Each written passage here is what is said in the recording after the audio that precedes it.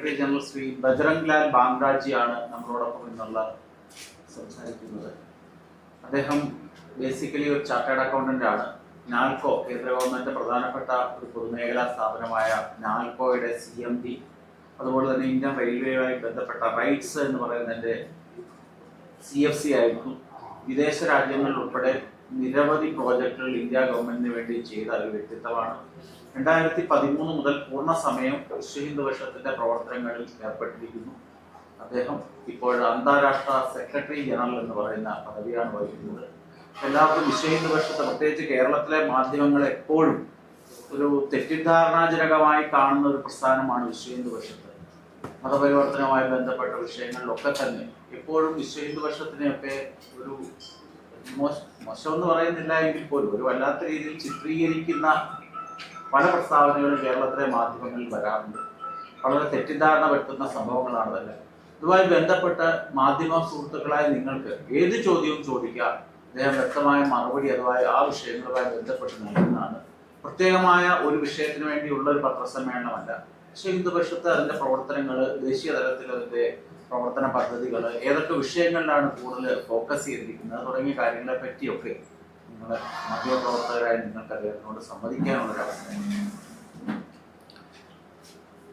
जय Shri Ram. Namaskar. Vishwa Hindu Parishad has been working for last more than 60 years for protection and promoting the Hindu culture, Hindu way of life, ideology and philosophy all over the world, wherever the Hindus are settled. In India and in Kerala, there have been issues related to Hindu dharma which have caught notice of all of us in the organization. One relates to the control of the Hindu temples and misuse of their property and funds. We in Vishwa Hindu Parishad have always maintained that a government in a secular country ruled by a constitution which has got secularism at its core has nothing to do with running the places of worship or managing them and controlling them. Particularly when the governments do not manage and control the places of worship of any other religion, be it Islam or Christianity, they have no business to control or manage the Hindu temples. This was a practice which the British traders, East India Company started to enhance their revenue to increase their stock prices in London Stock Exchange. Unfortunately, the British Crown continued with the same practice to earn the revenue and rob the Hindu temples of their property and funds during the British regime. And thereafter, even the electrically democratic governments also have continued, which is not only unconstitutional, it is illegal for a secular government to manage the affairs of places of worship.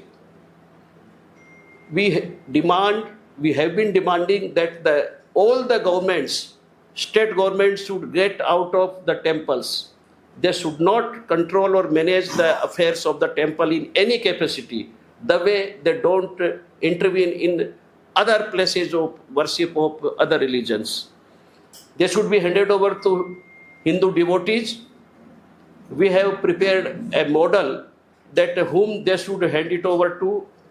We have talked to the many chief ministers, not all of them, and those chief ministers are considering to repeal the old acts which were enacted by East India Company more than 240 years ago, and then replace them by an act legislation whereby whatever temples they are controlling, they should be handed over to the Hindu community and the Hindu devotees who are at the core of these temples. Some incidences which have recently come to our notice, you all know them, how the temple funds, temple gold, temple land, they have been dacoited, robbed by the government officials and the managers under the government control. This is nothing new. This has been happening systematically for last 250 years. What happened in Tirupati, the prasadam was adulterated because of the government control and the government philosophy. So, not only the temples are desecrated, not only the deities are insulted, not only the procedures of the worship and puja are tampered with, even their temple land, the shops, the properties, funds, liquid investment, everything is being misappropriated. These are the only manifestation.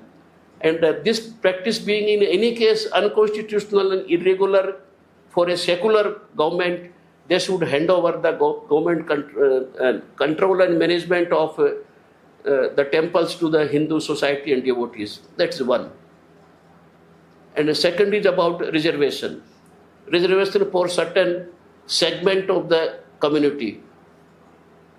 The constitutional provisions were made by the leaders who drafted the constitution only in keeping view the deprivation certain segments underwent through some social practices, and that was for some limited time. It was very logical that certain segments who have been deprived historically, they should be supported for some time to come up with others. So the reservation was made, it was logical, and it was only for the segments who suffered because of the societal practices. But now, because of the political reasons, the parties are misusing, exploiting, misappropriating these provisions. Scheduled caste provision was exclusively for the Hindus because certain societal practices, though they are not the Vedic practices, but it happened in course of the period that certain practices in Hindu society deprived certain segments. So no other religion had a caste system, no other religion had such kind of discrimination. So Islam or Christianity in any case had no rationale for any reservation under this kind of category. Similarly, for the scheduled tribe, they were leading a tribal practices. They were staying away from the towns and cities in the jungles or forest for the historical reasons, for their own practices. So long they conform to the tribal practices, they should be provided reservation and protection under the law. That was the intention, that was the rationale behind it. But now, any tribal who leaves his tribal practices and then enters into different other kinds of the life, still he claims or he is provided the protection of the reservation. That was never intention of the constitutional draftsmen or the constitution makers. So we in a Vishwa Hindu Parishad maintain the reservation for scheduled caste is exclusively for Hindu scheduled castes, and it should never be extended to anybody else other than Hindu castes, Hindu scheduled castes. Similarly, the scheduled tribe who leave the tribal practices, tribal life, and join any other organized religion like Christianity or Islam, they should be debarred from the reservation even from the scheduled tribe because they are no more exercising or practicing the tribal practices. So these are the two issues which I find that they are quite relevant in the present time in the Kerala, that the temples control and misuse of their property and wealth, and also misuse of the constitutional provision for the reservation for the political purposes. So that is what it should be discussed, and our demand of VHP is very simple, that what was the rationale behind it, what was the intention of the constitution, what is written in the constitution should be maintained, and no political party should be permitted or allowed to misinterpret them, misuse them for their narrow political gains. Thank you very much. I am open for questions.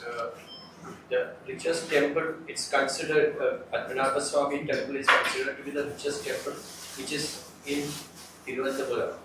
So it is having lakhs of crores of worth materials, I mean, by gold or whatever it is, valuables. But so far, no one has taken anything from that. It is under government control. So what you have to say, they are safeguarding, the government is safeguarding the temple. How can it be misused? Hindu society has constructed these temples. These temples have came into being because of the offering by the deities. Deity may be a king, deity may be a farmer, deity may be a trader. So the governments have not constructed these temples ever. They were constructed by the Hindu society and the devotees. They are capable of running and managing their affairs. Government need not to come into the management of the affairs of a place of the worship. So we can take thousands and thousands of examples where the temple lands have been misappropriated, temple shops have been misappropriated, temple funds have been misappropriated.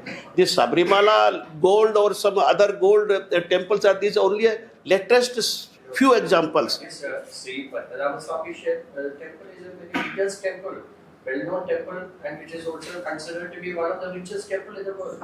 And government of Kerala is protecting that. No, but why should government come in this? This is not the government's business to protect temples. That is the devotees. Devotees are capable of protecting them. All over the world, other than a few states in India, the temples are not under government control, and they are capable of protecting their properties. They are protecting them. So the government should govern. Government is not here to manage the temples, particularly in a secular state. But the government has to do business. Then there are very rich churches, there are very rich mosques. Why government doesn't manage and protect them? So the question is, in a secular India, the state governments or the central government should get out of managing any places of worship, whether Hindu, Muslim or Christian. That is what is the true secular thing. The J.B. Koshi, there is a commission instituted by the government to look into the reservation status of the minorities and the lower quota, the quota factor. So the government is now supporting they are positively seeing this J.B. Koshi report as to be implemented. So what do you have to say, whether the J.B. Koshi's report should be discarded by the government or we should not go ahead with the government? These recommendations, as I understand, are against the constitutional provisions. It should be thrown in the dustbin. There is no question of accepting any reservation for any caste other than Hindus in the scheduled caste. But that was the constitutional provision. So these are the gimmicks that many governments try to do before the election times to raise their votes, etc., and to feed their particularly supporting segments for the votes. All these things are resorted, but they are unconstitutional.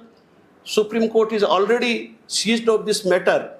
There is a pending case. The Supreme Court itself has constituted as a commission which is looking into it. Pending that, there is the question of implementing any other commission by any one state government. So in any case, it is not legal and it should not be implemented. So recently, there's a controversy about a film called Kerala Story Part 2, which is now being being stopped by the Honorable High Court for 2 weeks' time, not to screen it because it is giving more division of communal and inside communal violence. So what do you have to say about that? The makers of the film are not even from Kerala. They are from elsewhere, some other part of our country.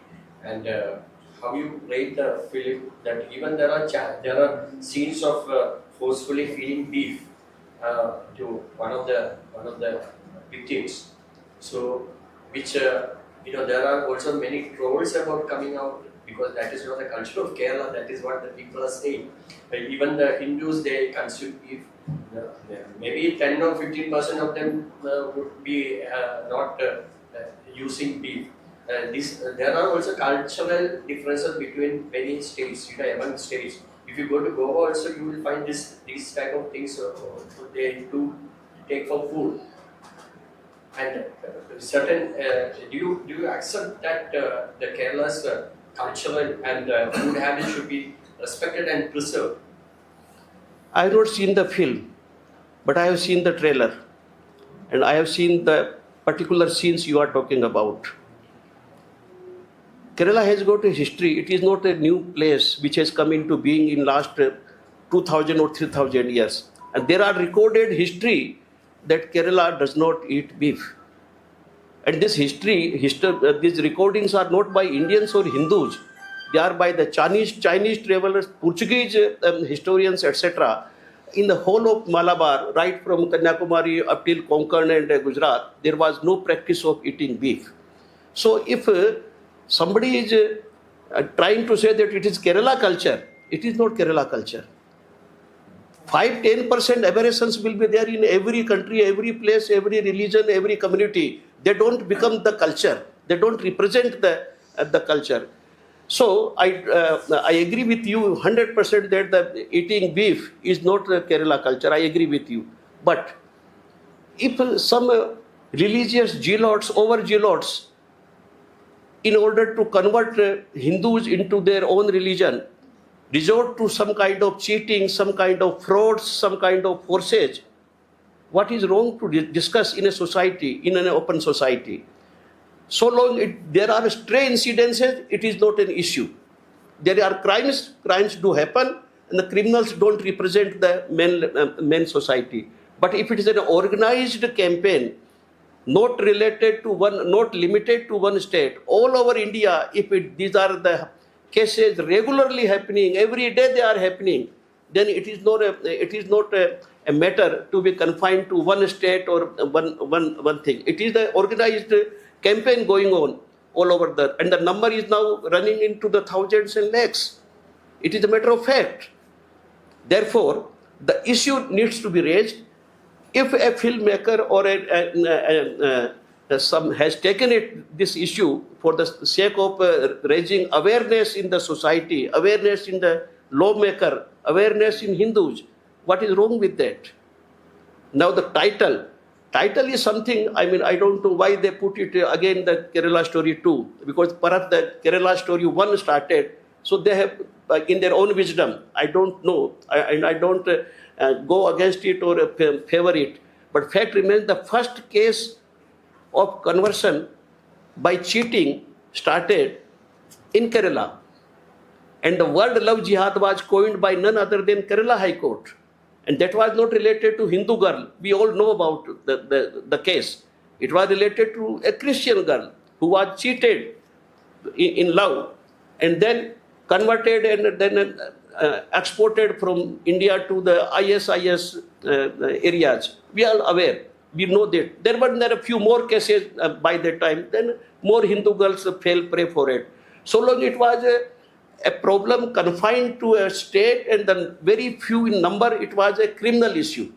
But when it is all over India, every day it is happening, it is no more a criminal issue. It is a societal problem and it is another new mode of the conversion of the Hindu girls, Christian girls into Muslims. Therefore, this needs to be discussed. Such a large issue cannot be brushed aside under the carpet.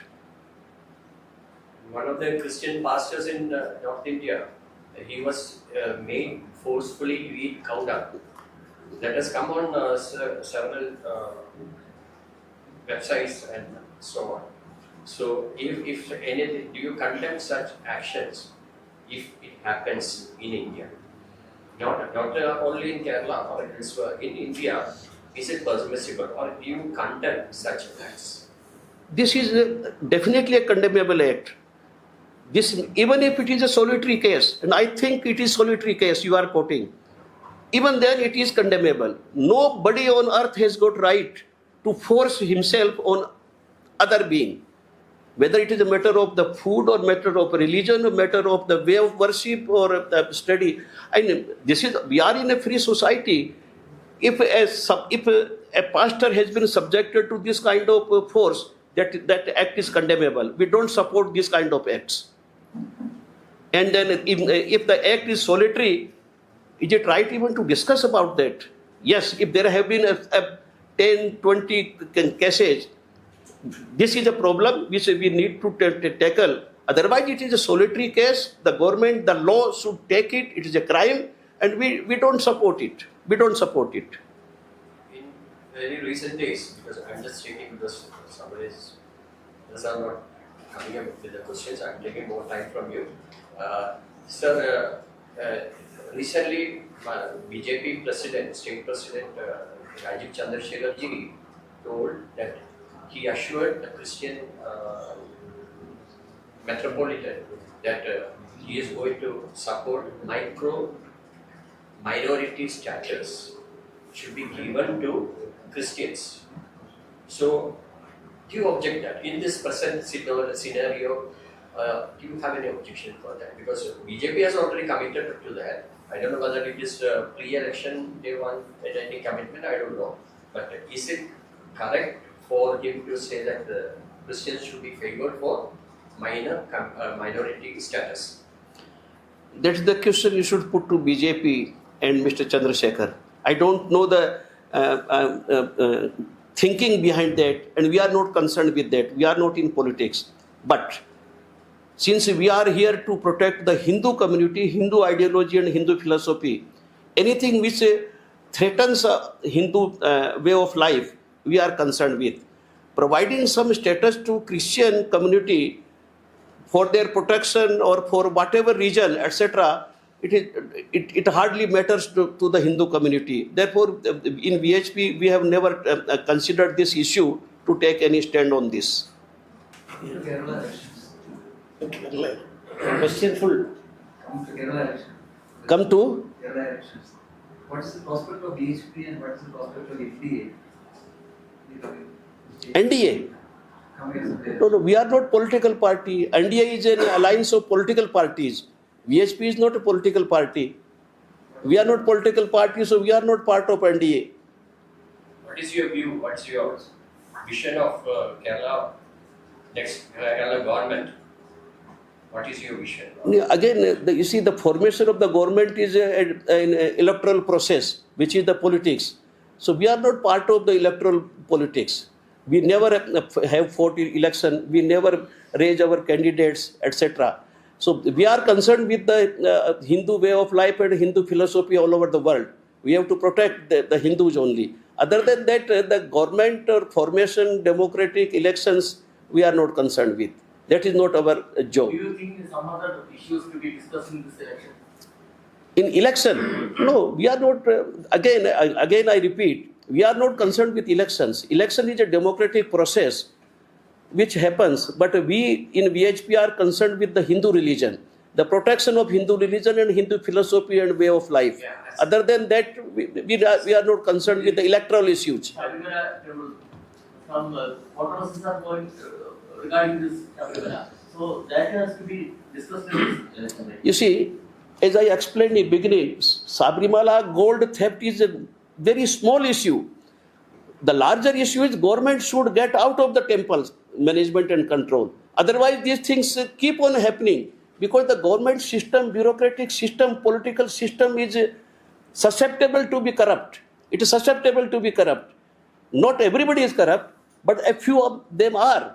We know about it. We all agree about it. That's why all these things happen. So it is a manifestation. It is a result of the bigger problem. Problem is the government controlling the temples. So that's, once they get out, it is the devotees' wealth. It is devotees' own offering. Devotees' money. They will manage it. You said you are concerned only with the Hindu community. Yes. Or the Hindu religion. But again, that what type of, because you are concerned about them, what would be your stand on the future government? Because you have something in mind, right? So how should a government perform in the coming election? What type of government should come to power? That's the question that he asked. That's the way he asked. So, Okay, you see, if it's the question of any government, government should honor the constitutional provisions. There is a constitution under which all these elections are conducted, governments are formed. Therefore, any government which comes, they should honor and conform to the constitutional provision. And they should keep the welfare of the larger society at their heart instead of simply protecting their narrow political interest. That is the government. So long they are fighting, there are political parties, but once they become government, they are not merely political party, they are responsible to the whole society, all Indian citizens. So, and for that there is a constitution. So, so we expect that the government which is formed, it should be conforming to the constitutional provisions and the larger society welfare.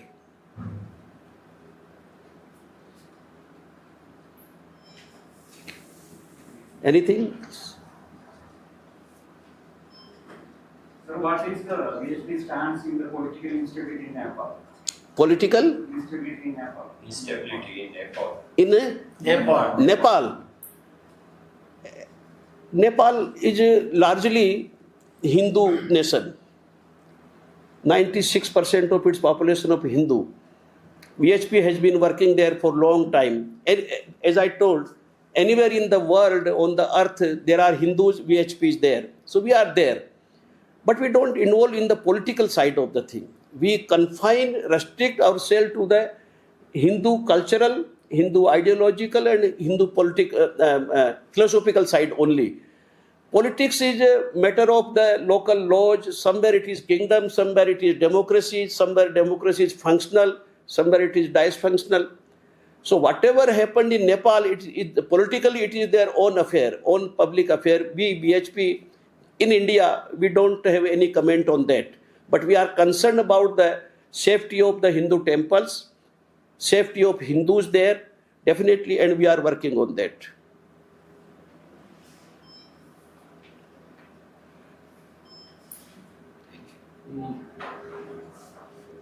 നമ്മുടെ ഈ പത്രസമ്മേളനത്തിൽ പങ്കെടുക്കുന്നത് നമ്മുടെ അന്താരാഷ്ട്ര joint general secretary G സ്ഥാണുമാലെ, അദ്ദേഹം സംഘത്തിന്റെ പ്രചാരകൻ കൂടിയാണ്.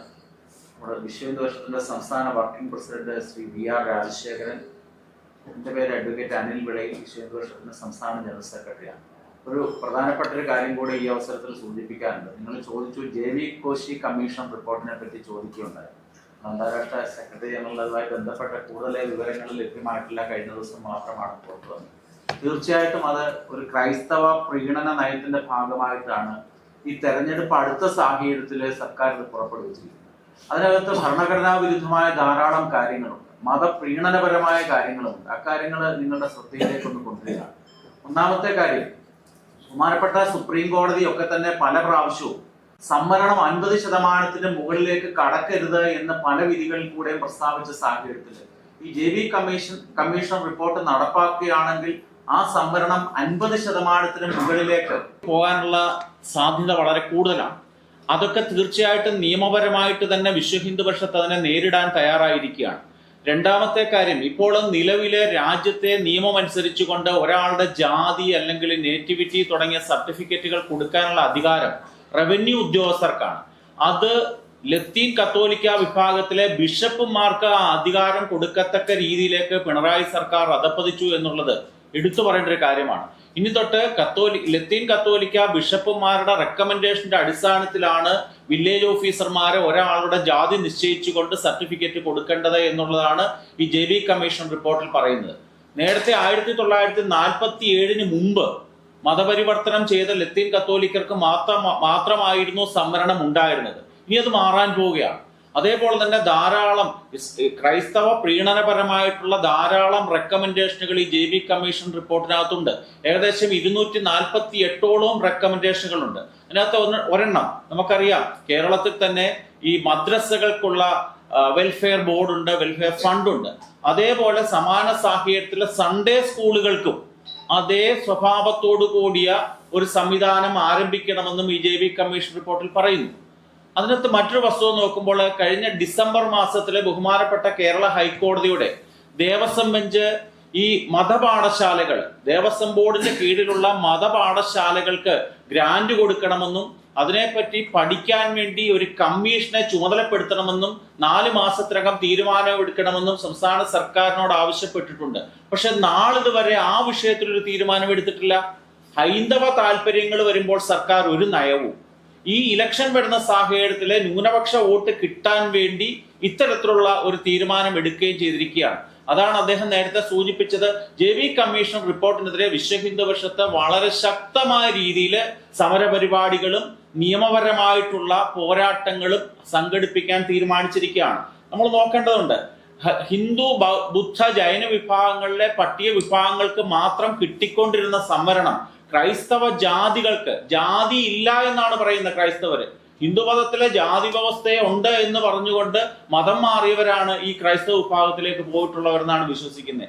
അവർക്ക് റിസർവേഷൻ കൊടുക്കണം. ഇതിൽ സ്വാഭാവികമായും ഹിന്ദു ബൗദ്ധ ജൈന വിഭാഗങ്ങളിലെ പട്ടിക വിഭാഗങ്ങൾക്ക് കിട്ടിക്കൊണ്ടിരിക്കുന്ന ഈ സംവരണം ക്രൈസ്തവ വിഭാഗത്തിന് കൊടുക്കാനുള്ള ഒരു ആസൂത്രിതമായ ശ്രമമാണ് ഈ JB കോശി കമ്മീഷന്റെ ആ റെക്കമെൻഡേഷനുകൾ പാലിക്കപ്പെടുകയാണെങ്കിൽ ഉണ്ടാവുന്നത്.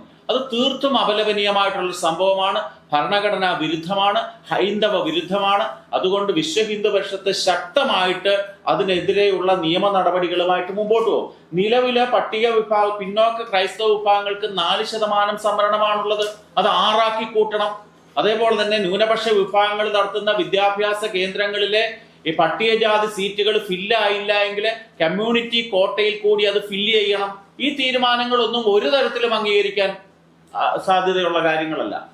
അതുപോലെ തന്നെ ഈ വിഷയങ്ങൾ പഠിക്കാൻ വേണ്ടി ജസ്റ്റിസ് KG ബാലകൃഷ്ണനെ കേന്ദ്ര ഗവൺമെന്റ് നിശ്ചയിച്ചിട്ടുണ്ട്. ആ justice KG Balakrishnan commission report ഇതുവരെ സമർപ്പിക്കാനുള്ള സാഹചര്യം ഉണ്ടായിട്ടില്ല. അത് പഠനം പൂർത്തിയാക്കിയിട്ടില്ല. അതിന് മുന്നോടിയായിട്ട് തിരക്ക് പിടിച്ചുകൊണ്ട് ഈ സംസ്ഥാനത്തിന്റെ വോട്ട് ബാങ്കിനെ കണ്ടുകൊണ്ട് ഈ justice JB Koshy commission report നടപ്പാക്കാനുള്ള സംസ്ഥാന സർക്കാരിന്റെ തീരുമാനം തെരഞ്ഞെടുപ്പ് പ്രഖ്യാപിക്കാൻ പോകുന്നു. മന്ത്രിസഭയുടെ അവസാന സമ്മേളനത്തിൽ ഒറ്റ ദിവസം കൊണ്ടങ്ങ് പാസ്സാക്കുകയാണ്. ആരുമായിട്ടൊരു ചർച്ചയില്ല, ആരുടെയും ഒരു പിന്തുണയില്ല ഇക്കാര്യത്തിലൊന്നും. ചില ക്രൈസ്തവ വിഭാഗങ്ങളുടെ ഉണ്ടാകും. അത് കേരളത്തിലെ മതപരിവർത്തനം കൂട്ടാനുള്ള ഒരു സാഹചര്യം ഒരുക്കാൻ പോവുകയാണ്.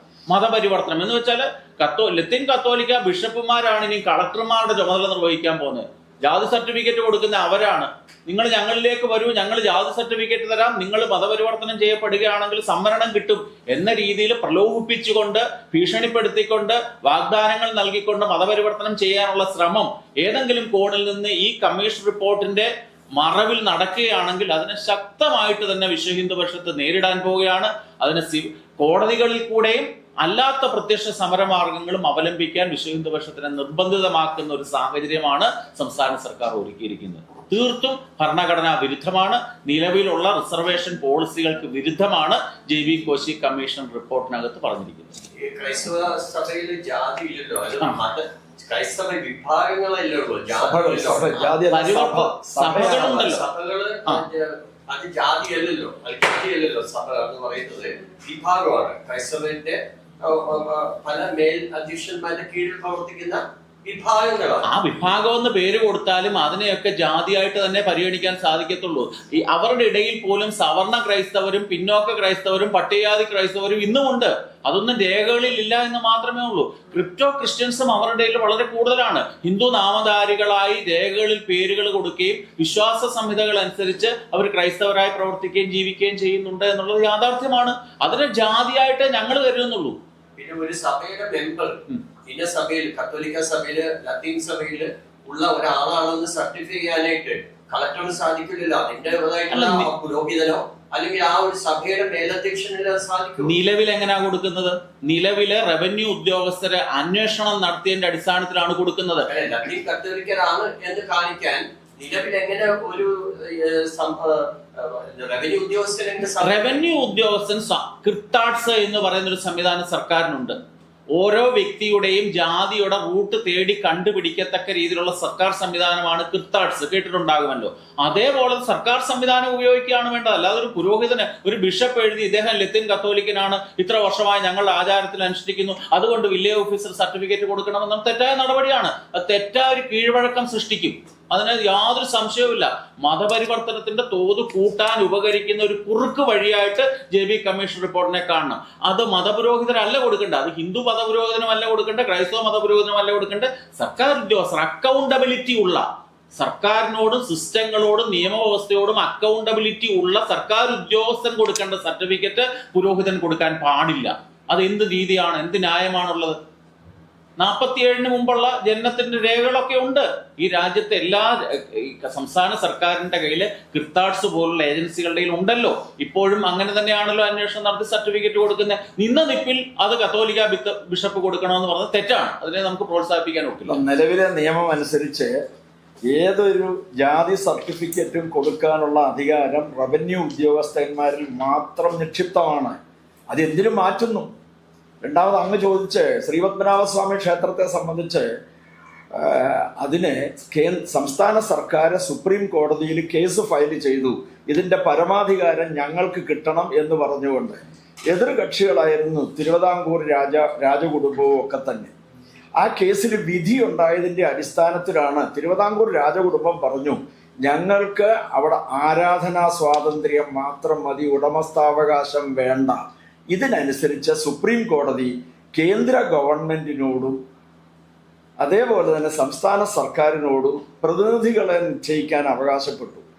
രണ്ട് പേരെ നിശ്ചയിക്കാനുള്ള അവകാശം മാത്രമേ സംസ്ഥാന സർക്കാരിനുള്ളൂ. ബാക്കിയുള്ളവരെ എല്ലാം അതിനകത്ത് ഭക്തജന പ്രതിനിധികളെയും ഉൾപ്പെടുത്താനായിട്ട് നിർദ്ദേശമുണ്ട്. അതിൻ്റെ അടിസ്ഥാനത്തിൽ ഒരു ജില്ലാ ജഡ്ജിയിൽ കുറയാത്ത ഒരു ജുഡീഷ്യൽ ഓഫീസർ, ഒരു പൊതുപ്രവർത്തകൻ, ഈ 2 പേരെ മാത്രമേ സംസ്ഥാന സർക്കാരിൻ്റെ പട്ടികയിൽ നിന്നുള്ളൂ. ബാക്കി എല്ലാവരെയും നിശ്ചയിക്കുന്ന കേന്ദ്ര സർക്കാരാണ്. ആ ഭരണ സംവിധാനമാണ് ഇപ്പോൾ പത്മനാഭസ്വാമി ക്ഷേത്രത്തിന്റെ ഭരണനിർവഹണം നടത്തുന്നത്. അങ്ങ് പറഞ്ഞതുപോലെ സംസ്ഥാന സർക്കാരിൻ്റെതായിരുന്നു എങ്കിൽ ഇപ്പൊ എല്ലാം തന്നെ ചെമ്പായേനും ചെമ്പും അവിടെ കാണാൻ പാടില്ലാത്ത സാഹചര്യം ഉണ്ടായേനെ, ശബരിമലയെക്കാളും മുമ്പ് തന്നെ.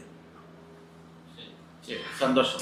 പങ്കെടുത്ത എല്ലാ മാധ്യമ സുഹൃത്തുക്കൾക്കും നന്ദി, നമസ്കാരം.